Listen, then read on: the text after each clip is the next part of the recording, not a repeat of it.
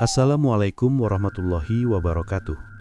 Halo teman-teman semua, semoga kalian selalu dalam keadaan sehat. Malam ini, aku akan membacakan kisah yang begitu mencekam, sebuah pengalaman yang menimpa seorang pemuda ketika tanpa sadar tinggal di kontrakan yang pernah dihuni arwah korban bunuh diri. Siapkan hati, pastikan lampu redup, dan dengarkan cerita ini dengan tenang, karena perjalanan kita baru saja dimulai.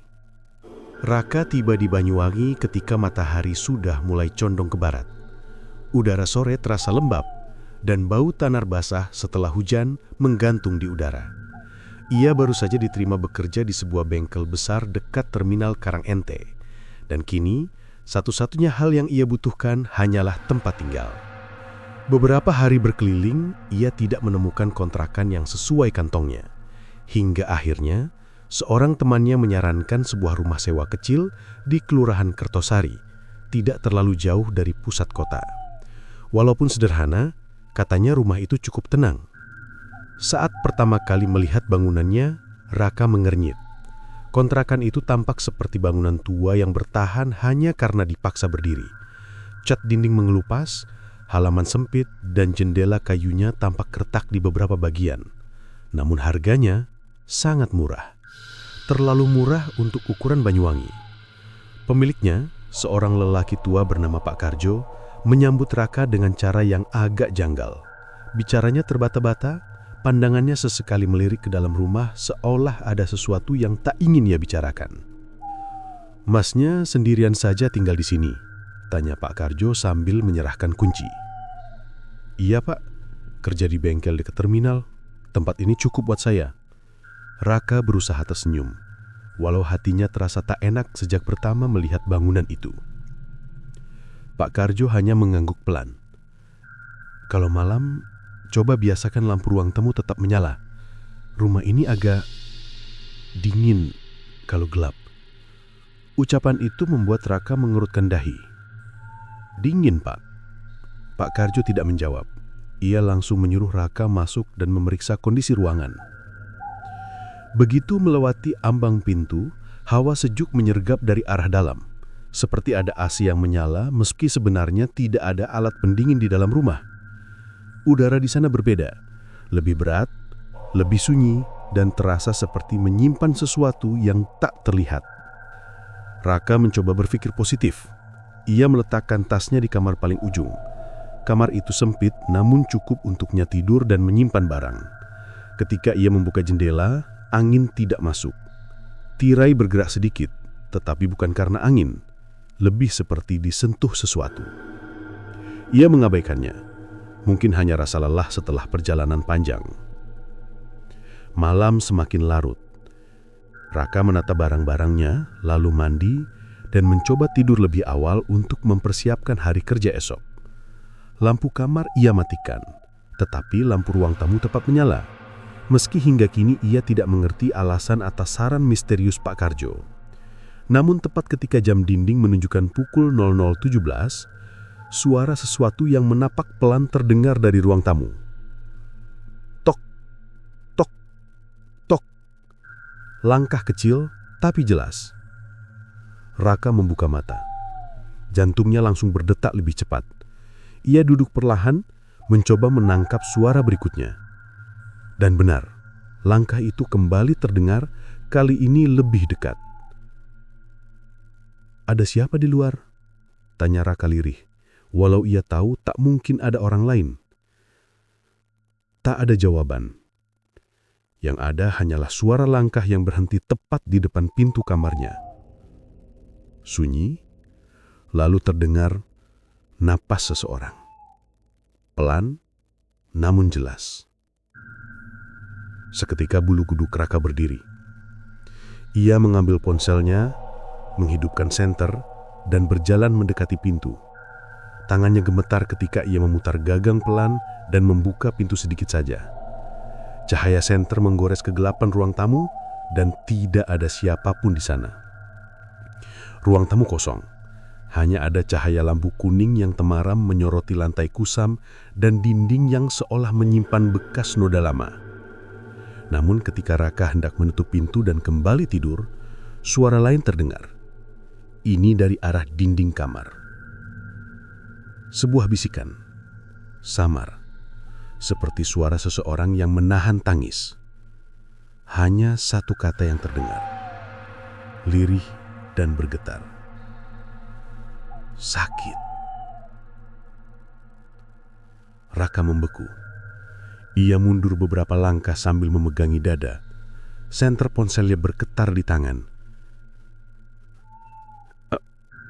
Apa itu? Gumam Raka. Bisikan itu berhenti. Kamar kembali hening.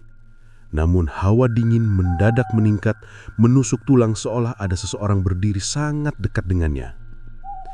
Malam pertama yang seharusnya biasa saja, berubah menjadi awal dari sesuatu yang tidak pernah ia duga.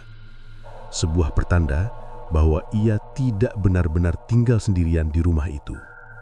Dan tanpa ia sadari, arwah penghuni lama sedang memperhatikan ia sejak ia membuka pintu pertama. Pagi menjelang, namun suasana di dalam kontrakan masih terasa suram. Raka bangun dengan kepala berat, matanya sembab karena kurang tidur. Ia duduk di tepi ranjang sambil menenangkan diri, mencoba mengusir ingatan tentang suara langkah semalam dan bisikan dari balik dinding. Mungkin cuma kecapean, gumamnya. Meski di dalam hati ia tahu itu bukan sekedar rasa lelah. Setelah mandi, ia keluar untuk membeli sarapan di warung pojokan gang. Rumah di kiri kanan kontrakannya tampak biasa saja, tapi suasananya seperti menghindari sesuatu. Orang-orang yang lewat menatap Raka dengan ekspresi campur aduk, penasaran, kasihan, dan sedikit khawatir. Raka mencoba tersenyum kepada seorang ibu parubaya yang sedang menyapu halaman. "Pagi, Bu," sapanya sopan. Wanita itu mendongak nyaris terkejut melihat Raka berada di kontrakan itu. "Mas baru pindah? Nomor 3? "Iya, Bu, baru semalam." Sapunya berhenti di udara. Pandangannya kosong sesaat sebelum ia mengangguk pelan. "Hati-hati, Mas. Rumah itu agak berbeda." "Maksudnya?" Namun wanita itu buru-buru masuk ke dalam rumah tanpa menjelaskan. Pintu ditutup tergesa-gesa, menyisakan Raka yang kebingungan berdiri sendirian di depan pagar. Bisikan itu kembali. Setelah pulang dari bengkel sore harinya, Raka mencoba mengalihkan pikirannya dengan membereskan isi lemari. Namun ketika matahari mulai tenggelam, hawa dingin kembali merayap di dalam kontrakan. Suasana berubah jadi hening yang tidak wajar. Saat ia merapikan pakaian, suara itu terdengar lagi. Seperti seseorang menarik napas panjang di dekat telinganya. Raka berhenti. Ia menoleh ke kanan, ke kiri, namun tidak menemukan apa-apun. Ia menelan ludah, berusaha tenang, lalu berkata dengan suara pelan, "Kalau ada orang, tolong jangan bercanda." Tidak ada jawaban. Namun dinding di samping ranjangnya bergetar, pelan, tapi cukup untuk membuat gantungan baju bergesel sedikit. Duk, duk, duk. Suara ketukan dari dalam tembok. 2 ketukan cepat, lalu 1 ketukan berat. Astagfirullah, Raka mundur sambil memegangi mulutnya. Ia menempelkan telinganya ke dinding dengan ragu, dan saat ia mendekat, suara itu berubah menjadi bisikan tercekik. Sakit. Jangan lagi." Raka tersentak dan langsung menjauh. Jantungnya berdegup kencang. Ia memandang dinding itu dengan rasa takut, seolah bayangan seseorang bisa menembus dari baliknya kapan saja. Wawancara tak sadar dengan tetangga. Karena tidak tahan, Raka keluar rumah dan mencari udara segar. Ia berharap bisa bertemu lagi dengan ibu yang tadi pagi ia sapa. Kebetulan Bu Sri, nama wanita itu, sedang duduk di kursi kecil dekat teras rumahnya. "Oh, Mas Raka," ucapnya pelan. "Gimana rumahnya?" Raka menarik napas panjang. "Bu, semalam saya dengar langkah di ruang tamu. Terus dinding kamar ada suara orang nangis. Apa sebelumnya ada yang tinggal di sana?" Bu Sri terdiam lama. Tangannya meremas kain sarung yang ia pakai.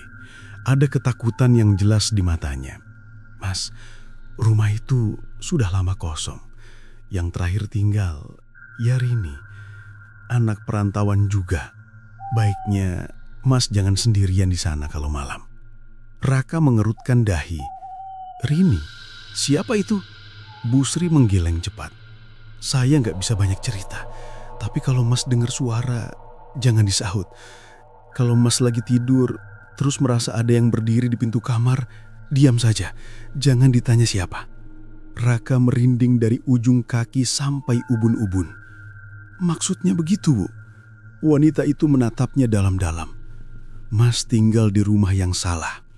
Ucapan itu membuat tengkuk Raka dingin seketika. Malam kedua yang lebih kelam. Saat kembali ke kontrakan setelah Isya, suasana terasa lebih mencekam. Lampu ruang tamu berpendar lemah seperti hendak padam. Di luar, suara jangkrik bersahutan. Namun di dalam rumah, sunyi bagai ruang kosong tanpa kehidupan. Raka duduk di ranjang dengan lampu menyala. Ia tidak berani mematikan lampu malam itu. Ponselnya ia genggam erat. Jam menunjukkan pukul 23:58. Beberapa menit kemudian suara langkah itu muncul lagi. Tok, tok, tok. Raka memejamkan mata. Bukan manusia, bisiknya mencoba menenangkan diri. Namun langkah itu berhenti tepat di depan pintu kamarnya. Seseorang atau sesuatu berdiri di sana. Pintu tidak terbuka, tapi bayangan tipis menembus kelah bawah pintu. Seperti kaki kecil yang menggantung, tidak menyentuh lantai. Bayangan itu bergerak maju mundur perlahan, seolah sedang mengayun. "Tolong!" Suara perempuan terdengar dari balik pintu. Lirih, serak, putus-putus. Raka menutup mulutnya rapat-rapat untuk menahan teriakan. Air matanya menetes tanpa sadar. "Jangan ganggu aku cuma mau tinggal di sini," ucapnya pelan, hampir tidak terdengar. Namun suara itu menjawab, "Bukan kamu yang diganggu, aku yang disakiti." Kalimat itu terdengar jelas, membuat sekujur tubuh Raka mati rasa. Perlahan, bayangan di bawah pintu itu memanjang, berubah bentuk dan seperti melayang menjauh. Suaranya ikut menghilang, meninggalkan keheningan yang jauh lebih menakutkan. Raka duduk memeluk lutut hingga fajar tiba. Tidak tidur, tidak bergerak, hanya menunggu cahaya matahari menyelamatkannya dari kegelapan yang memburu. Malam itu, Raka mulai sadar. Bisikan di dinding bukanlah halusinasi. Ada seseorang yang meminta sesuatu. Ada kepedihan lama yang ingin terungkap. Dan itu baru awalnya. Pagi itu, Raka bangun dengan kepala berat seakan seluruh malam ia habiskan menahan napas. Matahari sudah tinggi, namun hawa dingin yang menempel di kulitnya belum mau pergi. Ia duduk lama di tepi ranjang, merenungi kalimat terakhir yang terdengar semalam. "Bukan kamu yang diganggu, aku yang disakiti." Kalimat itu bergema terus di benaknya. Siapa yang disakiti dan oleh siapa? Pertanyaan-pertanyaan itu menempel seperti bayangan gelap yang menolak lepas. Untuk mengalihkan pikirannya, Raka mulai menyapu kamar dan membereskan tumpukan barang yang semalam ia biarkan berserakan. Ia membuka lemari kayu besar di sudut kamar, lemari tua dengan aroma kayu lembab yang khas, seperti sudah puluhan tahun berdiri di sana. Ketika ia menarik laci paling bawah, suara kayu berdecit panjang. Laci itu tampak berdebu dan tidak terurus, namun ada sesuatu di dalamnya yang menarik perhatian Raka. Sebuah amplop panjang berwarna kecoklatan, warnanya telah pudar dan pinggirannya tampak seperti sedikit terbakar waktu. Raka mengangkatnya perlahan. Barang siapa ini? Saat amplop dibuka, jatuhlah sebuah foto lusuh yang membuat jantung Raka berhenti berdetak sejenak. Foto seorang gadis muda. Rambut hitam terurai, wajah pucat, dan tatapan matanya kosong seperti menyimpan rahasia yang dalam. Di belakang gadis itu terlihat bangunan kontrakan yang sekarang ditinggali Raka, persis sama, Bahkan posisi jendela retaknya pun identik. Raka menelan ludah. Jadi ini, Rini. Gadis yang disebut Bu Sri kemarin. Gadis yang meninggal di kontrakan ini. Ia menatap foto itu lama, sampai akhirnya menyadari sesuatu. Senyum gadis itu tidak wajar. Senyumnya seolah dipaksa. Dan di bagian belakang fotonya ada goresan seperti bekas kuku yang tertekan keras. Tepat saat Raka hendak meletakkan foto itu, udara di dalam kamar berubah drastis. Hawa dingin merayap dari lantai, naik ke punggungnya. Tirai jendela bergerak pelan meski tidak ada angin. Dan di telinganya terdengar suara perempuan, sangat dekat. "Jangan buang." Raka tersentak dan hampir menjatuhkan foto itu. Ia menatap sekeliling, tetapi kamar tetap terlihat kosong. "Siapa?" serunya dengan suara bergetar. Tidak ada jawaban, hanya suara napas lirih seperti seseorang yang sedang menahan tangis. Wanita itu terdiam lama. Matanya menerawang jauh, seolah mengingat sesuatu yang tak ingin ia kenang lagi. Rini itu anak baik, rajin, sopan. Tapi beberapa bulan sebelum meninggal, dia berubah. Sering pulang dalam keadaan menangis. Tubuhnya penuh memar. Waktu ditanya, dia cuma bilang jatuh. Tapi saya tahu itu bukan karena jatuh. Raka merinding. Jadi ada orang yang menyakitinya. Bu Sri menunduk. Saya nggak tahu pasti. Yang jelas, sebelum dia ditemukan, dia sempat minta tolong ke saya. Suaranya pelan, seperti ketakutan. Apa yang dia bilang? Bu Sri menelan ludah, kemudian berkata pelan. "Bu, tolong jangan kasih tahu siapa-siapa kalau aku ada di sini. Dia nyari aku." Begitu kata Rini. Raka merasakan bulu kuduknya berdiri. Dia siapa, Bu? Ibu nggak tahu, Mas. Yang ibu tahu, setelah itu Rini ditemukan di kamarnya. Tapi saya yakin dia tidak melakukan itu sendiri. Hening panjang menyelimuti antara keduanya. Bu Sri melanjutkan dengan suara bergetar. Yang paling aneh, malam sebelum dia pergi, banyak warga dengar suara perempuan teriak dari arah rumah itu. Tapi saat dicek, pintunya terkunci dari dalam. Raka merasa perutnya mual. Foto Rini di tangannya terasa lebih berat dari sebelumnya, seolah menyimpan beban kesedihan yang tak terungkap. Kembali ke kontrakan, teror dari foto. Sore harinya Raka kembali ke kontrakan. Ia memandang foto di tangannya, mencoba memahami ekspresi Rini. Gadis itu tampak seperti ingin bicara, tapi terjebak di dalam keheningan. Ketika malam tiba dan lampu ruang tamu dinyalakan, Raka menaruh foto itu di meja kecil dekat pintu kamar. Ia mencoba menenangkan diri, duduk sambil menonton televisi. Namun pikiran tentang cerita Bu Sri terus menghantuinya. Tepat pukul 22.43, listrik tiba-tiba padam. Rumah langsung gelap total. Ya Allah, Raka berdiri dengan panik mencoba mencari ponselnya. Tiba-tiba ada suara jatuh dari arah meja dekat pintu. Bruk! Raka mengarahkan senter ponsel ke sana. Foto Rini berada di lantai, namun letak jatuhnya tidak wajar. Foto itu seolah dilempar, bukan jatuh sendiri. Saat Raka mendekat untuk mengambilnya, ia mendengar suara lembut dari belakangnya. "Nemuin aku. Makasih." Raka berhenti bergerak. Nafasnya sesak. Ia menoleh sangat perlahan. Di sudut ruangan yang gelap, ada bayangan perempuan berdiri memunggungi cahaya. Rambutnya terurai panjang. Tubuhnya gemetar seperti sedang menahan sesuatu. "Rini," Raka berbisik tanpa sadar. Sosok itu tidak menjawab, hanya terdengar isakan pelan, begitu menyayat hati. Ketika Raka mundur, Cahaya dari senter ponselnya berkedip-kedip.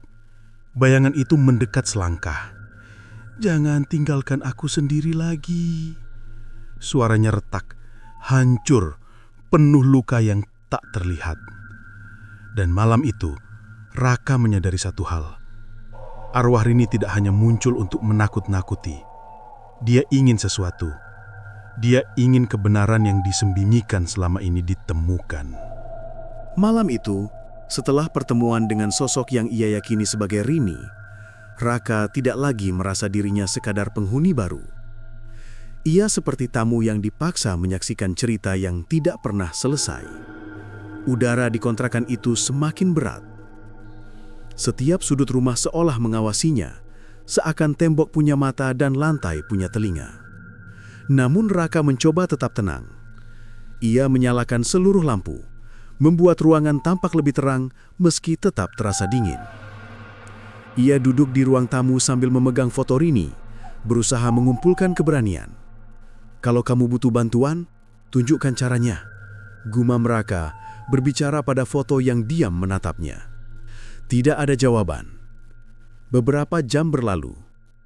Tepat pukul 00.30, tiba-tiba lampu di ruang tamu berkedip pelan. Sekali, dua kali. Lalu mati. Rumah tenggelam dalam kegelapan pekat.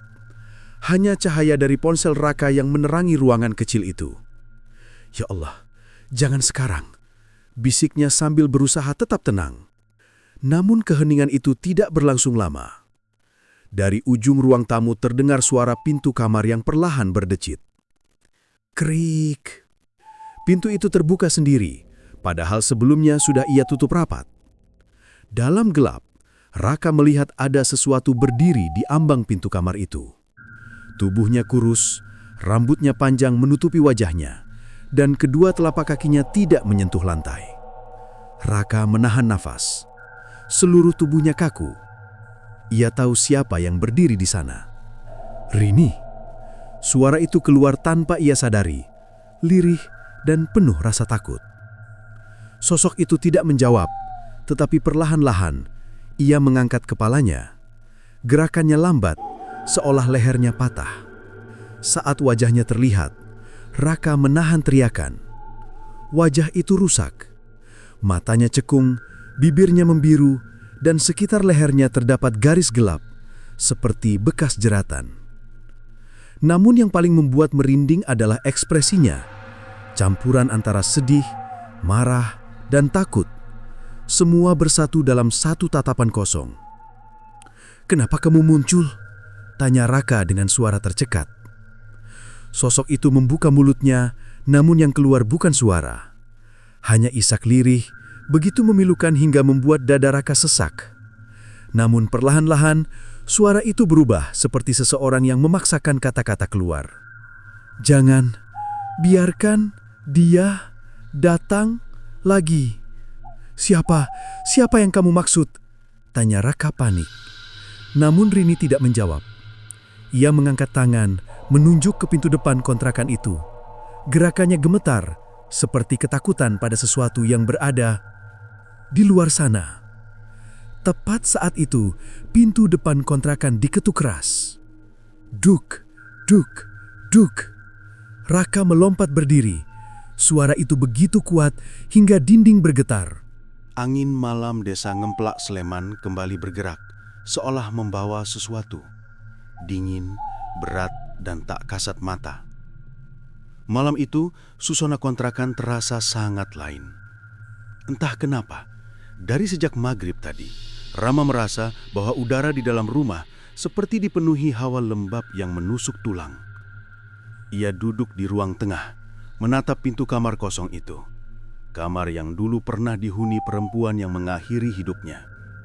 Kamar yang sejak kejadian kemarin malam tak lagi hanya sekedar ruangan, tapi seperti mulut gelap yang menunggu mangsa berikutnya. Rama menarik napas panjang. "Ya Allah, kenapa rasanya makin dekat?" gumamnya lirih. Ia mencoba memfokuskan diri pada bacaan doa yang diberikan Mbah Karto. Tapi entah mengapa, malam itu hatinya sulit tenang. Setiap kali ia mengucapkan satu baris doa, Ada bisikan halus yang menyela di telinganya. Aku masih di sini. Rama spontan menoleh ke kiri. Kosong.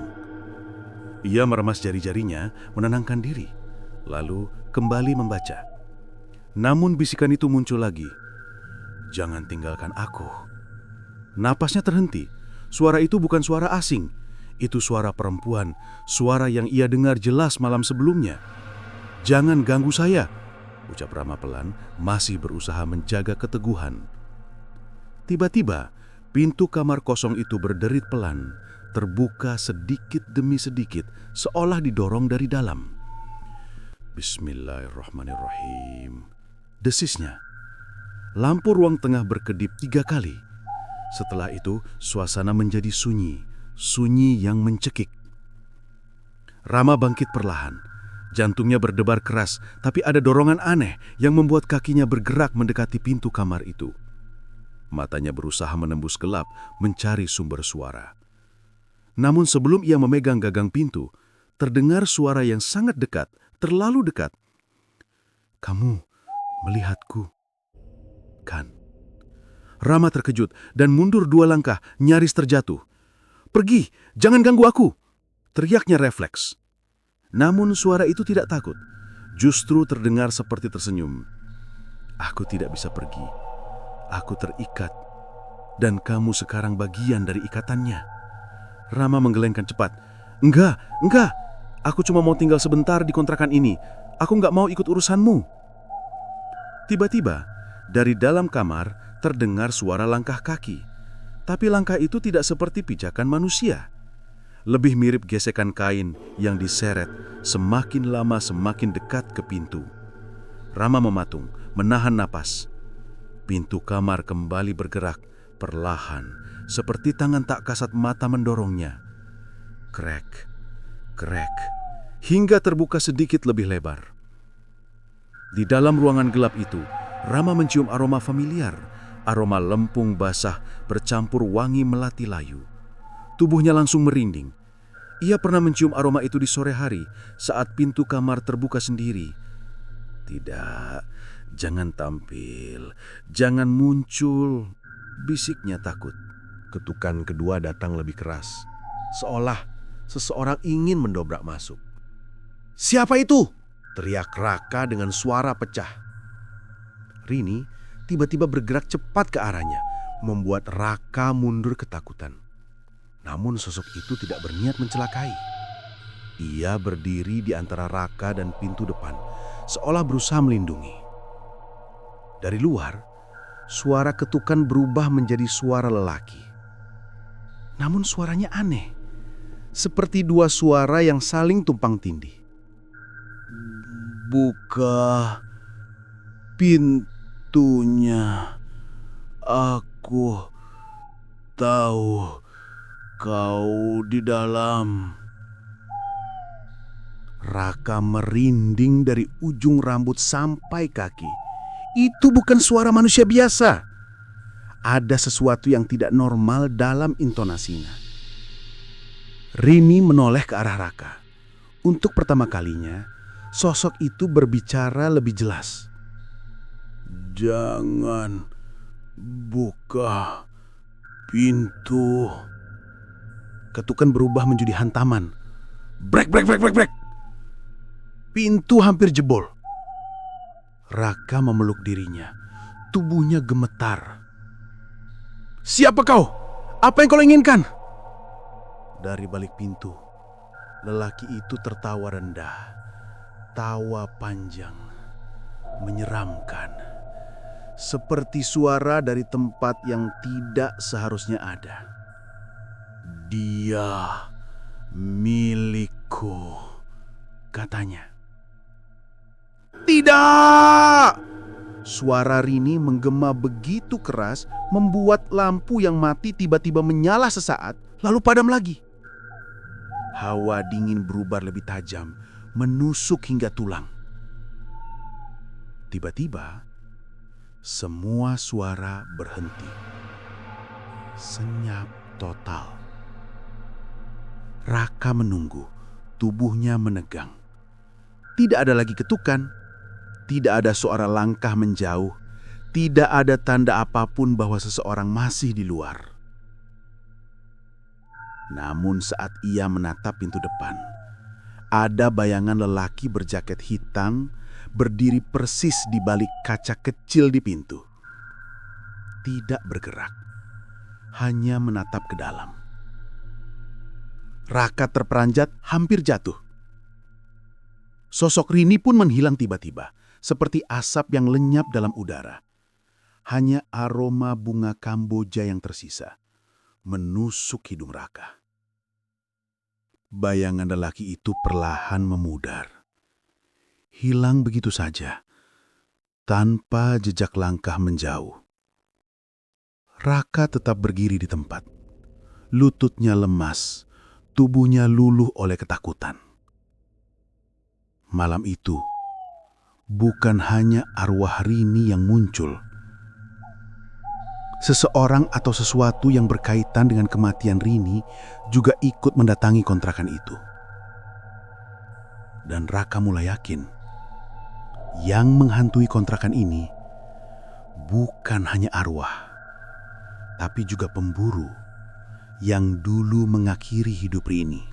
Namun justru pada saat ia berharap demikian, suara perempuan itu berubah menjadi lirih, sangat lirih, seperti tangis tertekuk. Aku sendirian, lama sekali. Mereka tinggalkan aku, mereka tidak memandikanku, mereka tidak menguburkanku dengan benar. Rama menelan ludah. Apa maksudmu? Sekejap ruangan menjadi lebih dingin. Suhu turun drastis. Napas Rama terlihat seperti kabut tipis. Aku terperangkap karena tidak diterima tanah. Rama memejamkan mata, memukul dadanya sendiri untuk memastikan dirinya sadar. "Kenapa kau cerita ke aku? Kenapa aku?" tanya Rama terbata. Hening sesaat. Kemudian jawabannya datang bukan lewat suara, tapi lewat rasa. Rasa yang menyelusup paksa ke dalam pikirannya. "Karena kamu menghuni ruang yang sama dengan kematianku." Rama mematikan pikiran.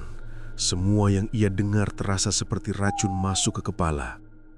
Jangan masuk ke pikiranku," teriaknya sambil menutup telinga. Namun suara itu justru semakin keras. "Lihat aku, lihat penderitaanku, lihat bagaimana aku mati." Tiba-tiba lampu ruang tengah mati, gelap total. Dalam gelap itu, Rama mendengar suara tali yang ditarik dan bunyi napas tersengal seperti seseorang yang tercekik. Rama menjerit, "Hentikan!"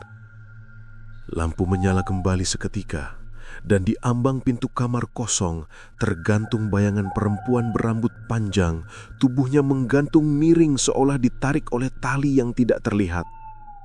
Kepalanya menunduk, rambut menutupi wajah, kakinya telanjang, pucat, dan menggantung tanpa menyentuh lantai. Suara lirihnya melayang di udara. "Sekarang giliranmu merasakan apa yang aku rasakan." Rama mundur dengan langkah kacau, hampir tergelincir. "Jangan dekat-dekat, aku bukan keluargamu, aku gak ada hubungannya sama kamu." Perempuan itu mengangkat wajahnya perlahan, dan mata kosongnya menatap langsung Rama. "Kamu penghuni baruku." Dalam kepanikan, Rama berlari ke pintu depan, memutar knop secepat mungkin, tapi pintunya seolah terkunci dari dalam. Tok, tok, tok. Suara dari belakangnya terdengar pelan, langkah kaki, tapi tanpa tubuh yang berjalan. Lalu perempuan itu berbisik, "Bab berikutnya, kamu tidak akan bisa pergi." Malam itu, Rama terperangkap. Di dalam kontrakan yang ternyata menyimpan arwah yang tak pernah diistirahatkan dengan layak. Dan ikatan itu baru saja dimulai. Pintu kontrakan di Ngemplak Sleman itu tetap tak bisa dibuka. Rama memutarnya berkali-kali, memukulnya dengan bahu, menendangnya, bahkan menarik gagangnya sampai tangannya sakit. Tapi pintu itu seperti menyatu dengan dinding, diam, dingin, tak bergerak sedikit pun. Kenapa nggak bisa kebuka? Rama memaki sambil menangis tertahan. Jantungnya seakan menumbuk dada tanpa ritme. Napasnya tersenggal seperti sedang berlari maraton. Dari ruang tengah, suara langkah pelan itu kembali terdengar. Tuk, tuk, tuk. Tapi langkah itu tidak terdengar seperti injakan manusia. Lebih menyerupai gesekan kain panjang yang menyeret lantai. Rama memejamkan mata, tubuhnya bergetar hebat. "Pergi, tolong, jangan ikut aku," ucapnya sambil menekan dahinya ke pintu.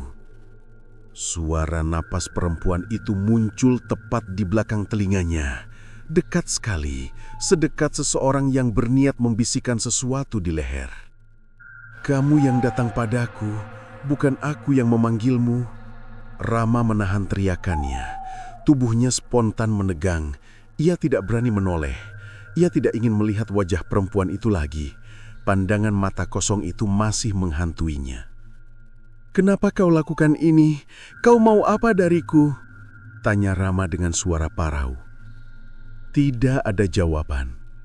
Yang ada hanyalah suara hu, seperti seseorang menangis tanpa suara.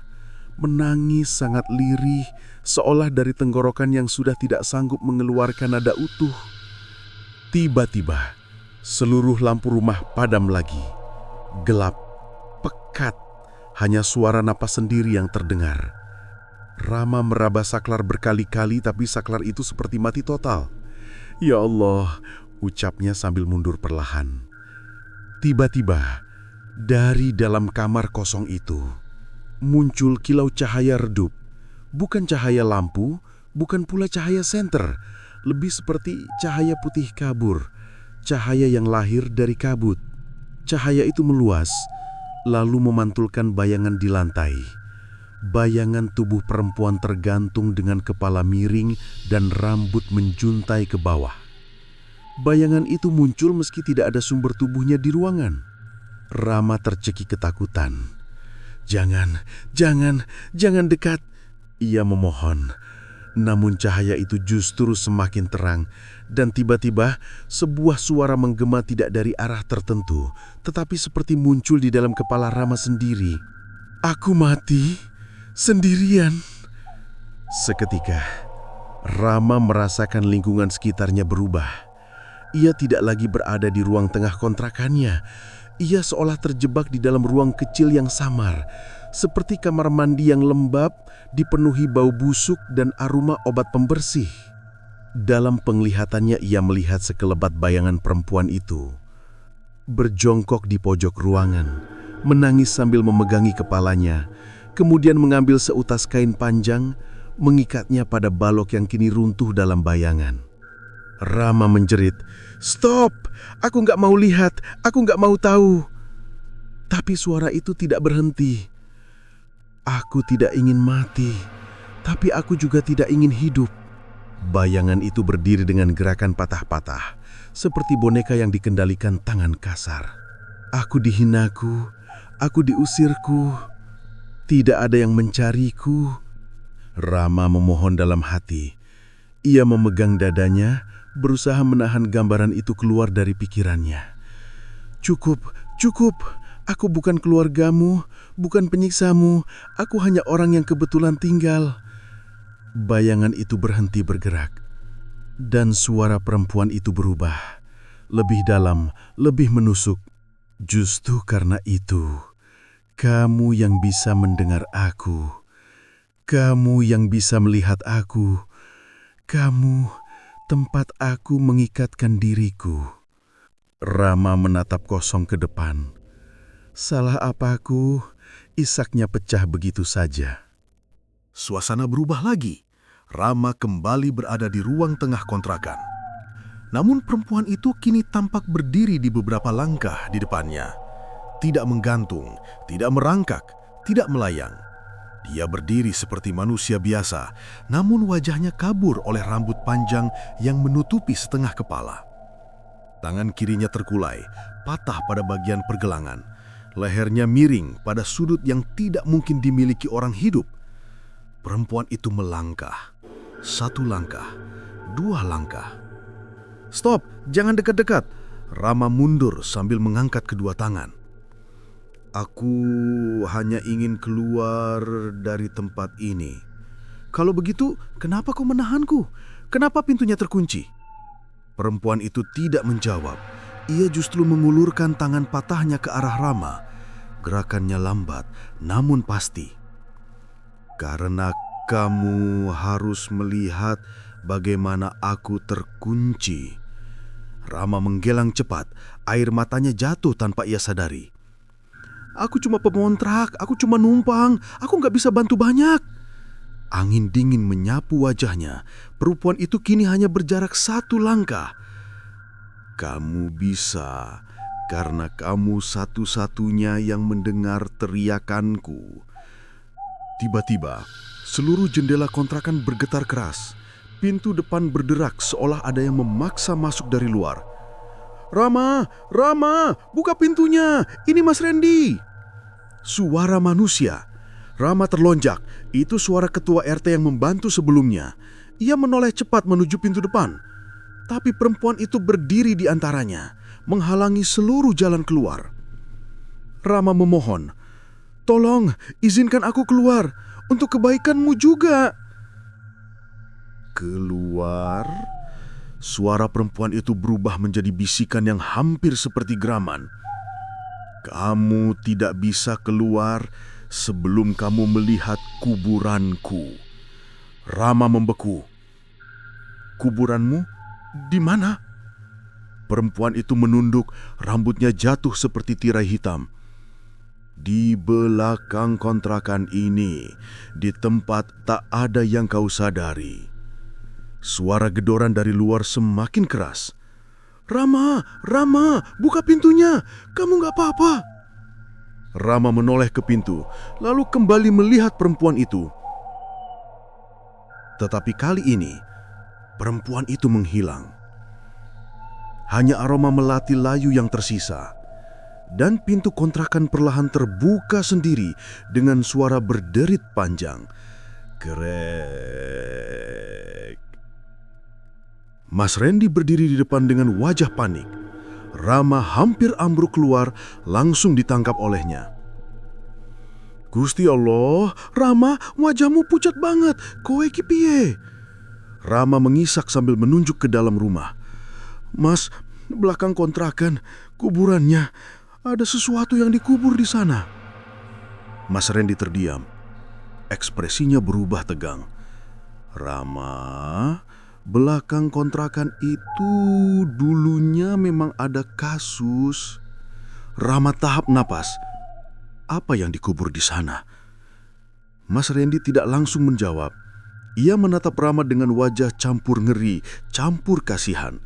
Dan kalimat pertama yang akhirnya keluar dari mulutnya justru membuat darah Rama berdesir. "Yang dikubur di sana bukan kuburan resmi, Ram. Itu kuburan yang tidak seharusnya ada." Malam terasa lebih berat dari biasanya di Ngemplak Sleman. Bahkan angin pun seolah enggan berembus melewati kontrakan yang sudah lama menyembunyikan sesuatu. Setelah pintu terbuka dan Rama berhasil keluar, Mas Randy menutupnya pelan-pelan, seolah takut mengusik sesuatu yang masih berdiam di dalam. Rama duduk di teras kecil kontrakan itu. Nafasnya masih tersengal-sengal. Tulang punggungnya basah oleh keringat dingin. Sementara Mas Randy berdiri di depannya dengan senter di tangan, wajahnya mengeras. "Mas," suara Rama bergetar. "Apa maksud Mas tadi? Kuburan yang gak seharusnya ada." Mas Randy menarik napas panjang. "Rama, sebelum kamu tinggal di sini, pernah ada seorang perempuan kontrak di rumah ini. Namanya Sri. Umurnya baru 25. Dia kerja di pabrik dekat sini." Rama menelan ludah. Nama itu terasa seperti sesuatu yang pernah terdengar, meskipun ia tidak pernah mengenalnya. Waktu itu, Sri menghilang tiba-tiba. Gak ada yang lihat dia pergi, gak ada yang tahu dia pindah kemana. Kontrakan ini ditemukan kosong beberapa hari setelah hilangnya dia. Tapi Mas Randy menunduk, suaranya merendah. Tapi ada bau busuk di belakang rumah. Warga sempat curiga. Apa dia dibunuh? Tanya Rama pelan. Mas Randy menggelengkan kepalanya. Awalnya kami pikir begitu. Tapi ketika ditelusuri, tidak ditemukan apa-apa. Seolah bau itu muncul lalu hilang sendiri. Rama menggenggam kedua tangannya erat. Mas, dia bilang kuburannya di sini, Mas. Mas Randy memejamkan mata. Wajahnya jelas tidak ingin mengingat hal itu. Rama, sebenarnya ada cerita lain yang belum sempat saya bilang waktu kamu awal kontrak. Apa? Sri ini punya masalah keluarga. Dia pernah meninggalkan rumah karena tekanan. Ibunya meninggal, bapaknya kasar. Dia sering cerita ke tetangga kalau dia merasa nggak punya tempat pulang. Dia katanya pernah mencoba mengakhiri hidup, tapi gagal. Rama merasakan udara sekitar menegang. Terus kenapa bilang kuburannya di sini, Mas? Mas Randy menatap Rama dengan mata merah. Karena waktu dia menghilang, ada warga yang bersumpah pernah melihat bayangan perempuan tergantung di belakang kontrakan ini. Tapi begitu didekati, bayangan itu hilang. Hanya tersisa jejak tanah tergali setengah, seperti ada yang berusaha mengubur sesuatu atau seseorang. Rama merasakan jantungnya berhenti sesaat. Mas, aku harus lihat belakang rumah. Rama, jangan getrabah. Ini sudah malam. Aku harus, kalau enggak, aku berhadapan sama dia terus. Mas Randy menghela napas panjang, tapi akhirnya mengangguk kecil. Mereka berdua melangkah ke belakang kontrakan dengan senter menyala. Udara terasa lebih dingin, padahal tidak ada angin. Bahkan suara jangkrik pun seperti hilang tiba-tiba. Tanah belakang kontrakan itu seperti rusak, ditumbuhi rumput liar. Namun ketika Rama mendekat, ia melihat sesuatu, semacam cekungan kecil yang tertutup daunan kering. Ini yang Sri maksud, tanya Rama. Mas Randy berjongkok, menyibak daunan. Dan disitulah mereka melihatnya. Tanah yang warnanya berbeda dengan tanah sekitar. Lebih gelap, lebih lembab. Tiba-tiba, Rama seperti merasakan tekanan di dadanya. Sesak, seolah ada tangan yang menekan keras dari dalam. Ah, Mas, dadaku. Mas Randy menahan pundaknya. Rama, fokus. Jangan sampai kamu kesurupan. Saat itulah, dari arah kamar kosong kontrakan itu, terdengar suara. Dum, dum. Seperti benda berat jatuh. Rama menoleh instingtif.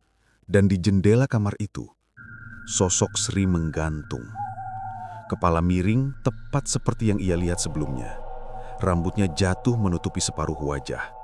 Namun kali ini tubuhnya bergerak perlahan seperti didorong angin yang tidak ada.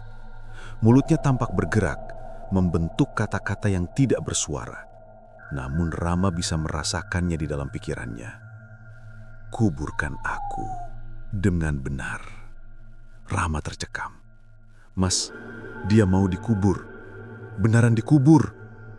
Mas Randy menatap Rama, kebingungan bercampur takut.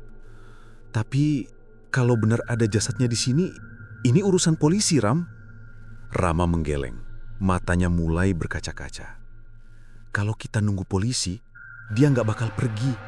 Dia tersiksa. Dia mati di dalam kontrakan, tapi nggak ada yang menguburkannya. Dan seolah menguatkan kata-katanya, angin tiba-tiba berembus kencang dari arah kamar.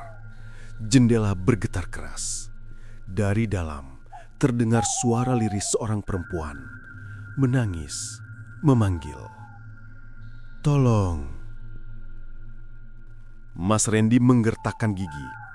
Oke, kita gali sedikit. Tapi Kalau ketemu tulang atau apapun, kita langsung lapor." Rama mengangguk mantap. Mereka mengambil cangkul dari gudang kecil samping kontrakan. Tanah di cekungan itu keras di bagian atas, tapi semakin digali, semakin lembab. Rama menggali dengan tangan gemetar. Setiap cangkulan membuat udara semakin berat. 5 menit, 10 menit, 20 menit. Lalu, cetak. Cangkul Rama mengenai sesuatu yang bukan tanah. Ia berjongkok cepat, menyibak tanah dengan tangan. Mas Randy menyorotkan senter. Dan di bawah sana terlihat kain peti kusam. Kain yang sama seperti yang digunakan untuk mengikat tubuh Sri dalam bayangan. Rama menjerit kecil. "Ya Allah!" Mas Randy menutupi mulutnya dengan tangan.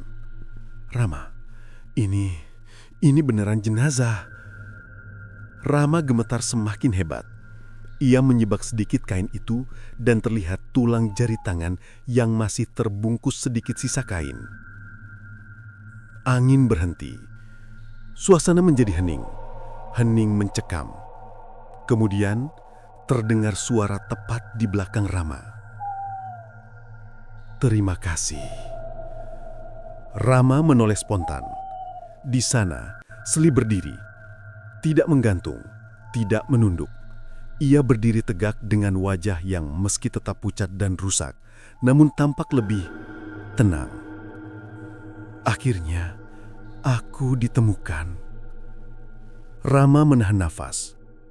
"Sri, kenapa kau terkubur begini?" Wajah Sri tampak bergetar. Kemudian ia menunjuk ke arah dalam kontrakan. "Dia yang menguburku." Rama membelalak mata. "Siapa?" Tapi sebelum Sri menjawab, cahaya tubuhnya mulai memudar seperti asap yang tertiup angin. Mas Randy juga melihatnya dengan jelas. Astagfirullah. Sri tersenyum tipis untuk pertama kalinya. "Terima kasih sudah mendengarkanku." Lalu kau akan pergi?" Tanya Rama dengan suara bergetar. Sri menatap Rama dengan lembut, berbeda dari sebelumnya. "Aku sudah tidak terikat lagi. Kamu boleh tinggal atau pergi. Kontrakan ini sudah bukan kurunganku." Lalu, dalam satu tiupan angin lembut, sosok itu lenyap sepenuhnya. Tidak ada lagi suara, tidak ada lagi bayangan. Hanya aroma melati samar, kemudian menghilang total. Keesokan paginya, polisi datang setelah Mas Randy melapor. Mereka menemukan jasad Sri dan menyimpulkan bahwa ia memang mengakhiri hidupnya sendiri. Lalu seseorang, kemungkinan pemilik kontrakan lama, menguburkannya secara sembunyi-sembunyi karena takut masalah. Pemilik kontrakan dipanggil, diperiksa, hingga akhirnya mengaku bahwa ia menemukannya dalam keadaan tergantung dan panik menyingkirkan jasad tanpa melapor. Rama menyaksikan semuanya dengan hati lega dan sedih.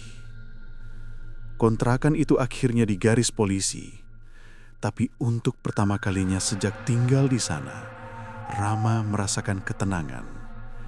Tidak ada lagi langkah-langkah tanpa tubuh. Tidak ada lagi suara bisikan yang menusuk telinga. Sri sudah pergi. Malam terakhir sebelum ia pindah dari kontrakan itu, Rama berdiri di depan kamar kosong yang dulu selalu terbuka sendiri. Ia menutup pintunya pelan dan berkata lirih, "Sri, semoga kau tenang di tempatmu sekarang. Maaf kalau aku sempat ketakutan." Angin bergerak sedikit, hanya sebentar. Namun di tengah keheningan, Rama mendengar satu bisikan lembut sekali, hampir seperti ucapan salam perpisahan. "Terima kasih." Lalu semuanya benar-benar sunyi.